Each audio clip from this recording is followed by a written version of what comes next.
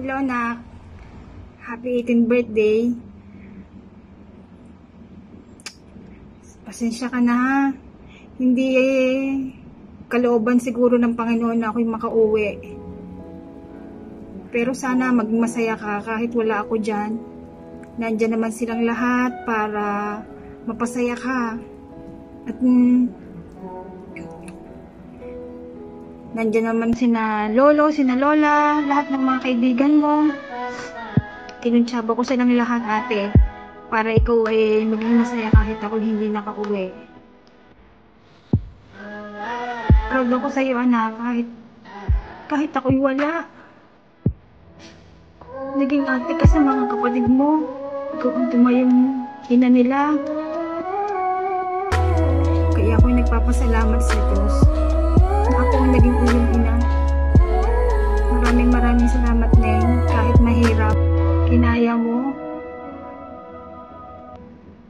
Ngayon, ganap na dalaga ka na.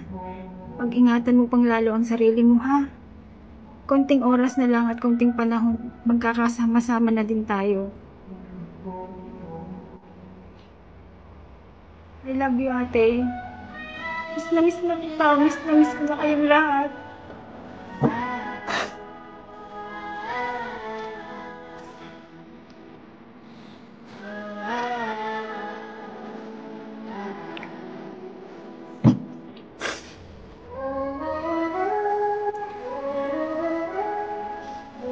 Salamat sa Diyos na dumating pa ang araw na ito.